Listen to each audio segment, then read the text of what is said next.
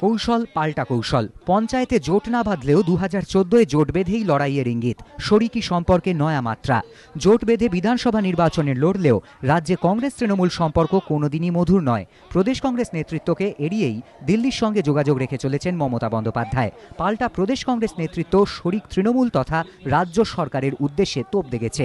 সাম্প্রতিককালে রাষ্ট্রপতি নির্বাচনকে ঘিরে সেই বাকযুদ্ধ সংঘাত চরমে পৌঁছয়। এই পরিস্থিতিতে পঞ্চায়েত নির্বাচনে জোটের সম্ভাবনা কমই ছিল। বিশেষ করে পুরো ভোটে একলা লড়ে সাফল্যের মুখ দেখার পর তৃণমূলের মধ্যেও একলা চলার দাবি জোরালো হচ্ছিল।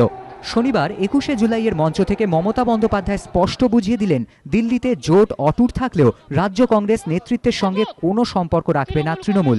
পঞ্চায়েত নির্বাচনে জোট নয়, একলাই লড়বেন তাঁরা। দিল্লিতে আমাদের জোট ছিল, আছে এবং থাকবে যতক্ষণ পর্যন্ত সম্মান নিয়ে কাজ করতে পারবো। আর বাংলার মাটিতে তৃণমূল কংগ্রেস একা লড়বে, একা লড়বে, একা লড়বে। কারো দয়া চাই না, আগামী দিন তৈরি হন।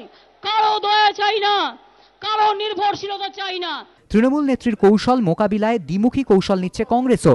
প্রদেশ নেতৃত্বের গলায় যখন মমতার বিরুদ্ধে কড়া সুর, তখন অপেক্ষাকৃত সুর নরম দিল্লি नेतृत्वेर।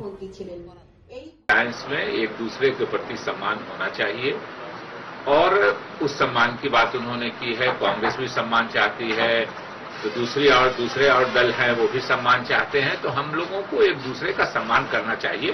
और ममता बनर्जी जी ने बहुत सही बातें कही है, ये कोई गैरवाजी बात उन्होंने नहीं कही। একা লড়াই করার মানসিকতা আমরা হারিয়ে ফেলবো, এটাই বা উনি মনে করলেন কি করে? আজকে যে চিন্তাটা তারা করছেন, এই চিন্তাটা যদি নির্বাচনের আগে করতেন তাহলে বুঝতাম তাদের বুকের পাটা আছে। এই মন্তব্যে কংগ্রেস বিন্দুমাত্র ভীতও নয়, শঙ্কিত নয়।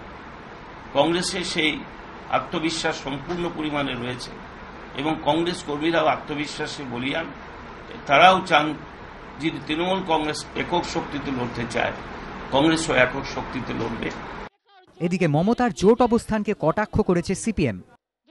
ওর কথাবার্তা শুনে বোঝা যাচ্ছে যে ওর রাজনীতি হচ্ছে গাছেরটাও খাবো, তলারটাও কুড়োবো। ওখানে 6 জন মন্ত্রী থাকবেন, সরকারে আছেন ওরা, আর এখানে আন্দোলনও করবেন, অবস্থানও করবেন। মুশকিল হচ্ছে যে কোন্দল ওদের এরকম হয় যে পাড়া প্রতিবেশীদের থাকা মুশকিল হয়, এটা হচ্ছে মুশকিল।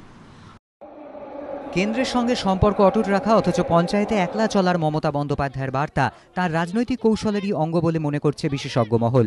তাদের ব্যাখ্যা, দিল্লিতে জোট অটুট রাখার বার্তা দিয়ে পরোক্ষে 2014 লোকসভা নির্বাচনে কংগ্রেসের সঙ্গে আসন সমঝোতা করেই লড়ার ইঙ্গিত দিয়ে রাখলেন মমতা বন্দ্যোপাধ্যায়। তার কারণ, তৃণমূল নেত্রীর ঘনিষ্ঠ মহল সূত্রে খবর, তিনি চাইছেন না কেন্দ্রের সঙ্গে সম্পর্ক ছিন্ন করতে, কারণ সেক্ষেত্রে রেল মন্ত্রক হাতছাড়া হবে, থমকে যাবে রেলকে ঘিরে রাজ্যে শুরু হওয়া নানা প্রকল্প।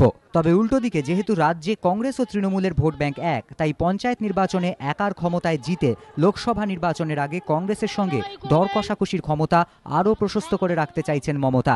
যদিও এর আগেও যেহেতু জোটে থাকা সত্ত্বেও কংগ্রেস ও তৃণমূল আলাদাভাবে পঞ্চায়েত এবং পুরসভা নির্বাচনে লড়েছে, তাই এবারের পঞ্চায়েত নির্বাচনেও দু দলের আলাদা লড়ার সম্ভাবনাকে জোটে বড় কোনো সংঘাত বলে মনে করছেন না রাজনৈতিক পর্যবেক্ষকদের একাংশ।